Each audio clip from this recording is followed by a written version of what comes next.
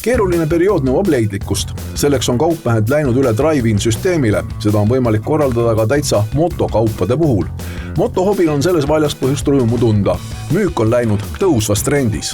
Me oleme võtnud selle seisukoha, et me teenindame siis distantsilt või palume inimestel siis läbi e-poe oma tellimused esitada. Aga pakume ka drive-in võimalust, et poisid naeravad, et see on nagu hamburgeri müük hommikuti, et autod seisavad järjekorras ja inimesed tulevad ja läbi luugi teenindus ja praegu see asi toimib nii. Mis see põhiküsimused on, et need saab telefoni teel või siis e-maili teel teha ja kellel on varuosade soov, siis need on meil online'is olemas. Online'is näete laoseisu, kõik tuleb kulleriga koju või siis pakiautomaat, et selles mõttes see teenus toimib ka täiega. Just nüüd peaks olema kõige õigem aeg ka motoseadmete hoolduseks. Kevad on juba kergelt saabunud ja hooldusjärjekorrad on seal 1,5–2 nädala pikkus, et hetkel meil töötab 5 meest, kõik tegelevad hooldustega. Praegust on kindlasti see õige aeg, kus tehnika korda seada ja tegelikult tuleks ka mootorratastelt tolm pealt ära pühkida ja akud laadima panna, et võib-olla hooldusest läbi õhufiltrit korda, õlid vahetada ja kaugel see kevad enam on.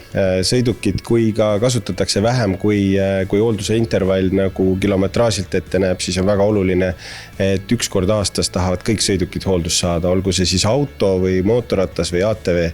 Et seal on juba ainuüksi kütusest tingitud teemad, kus kütus lihtsalt aegub sul paaki ära ja see hakkab omakorda probleeme tekitama.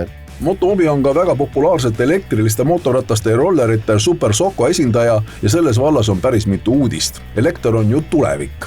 Paljud ongi elektrile üle läinud, sest tegelikult see on väga mõistlik, eriti just mopeedide alal. Inimesed, kes tarbivad sõidukid seal võib-olla kuni 100 kilomeetrit päevas, siis elektrisõiduk on esiteks kindlasti palju odavam üleval pidada, kuna tal ei ole vaja sellist hooldust teha nii kui bensiinimootoriga mopeedidega. Ei ole õlifiltri või õlivahetust, ei ole õhufiltrite vahetust, seal on akud laadida ja kontrollida, et sul piduriklotse piisavalt jaguks ja ka seal suurt midagi rohkem teha ei olegi.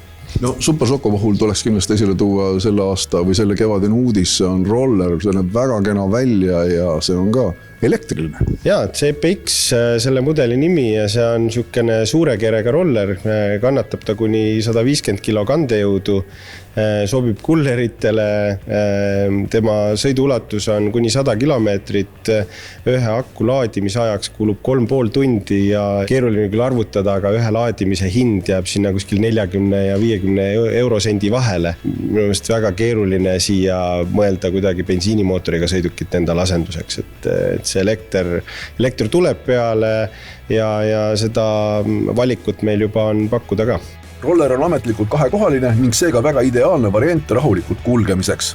Super Socko nomenklatuuris on ka sellised klassikalised rattad, need ei ole ka kuskil kodu. Elektrirat. Jaa, on klassikalist mopeedi ehk siis või klassikalist siukest tabureti tüüpi rollerit nagu Kuks, mis on ka tegelikult väga atraktiivne, väga kenad tuled, väga hästi kaasliiklejatele näha liikluses ja eraldi võiks ära mainida, et Kuksil on ka lisa peal, kus sa saad siis ära siduda selle oma mobiiltelefoniga ja ta on sul GPS jälgimise all, kui keegi ka selle peaks ära varastama, siis kui ta just kuskile tinamütsi alla pantud ei ole, siis leiad sa selle ülesse ka.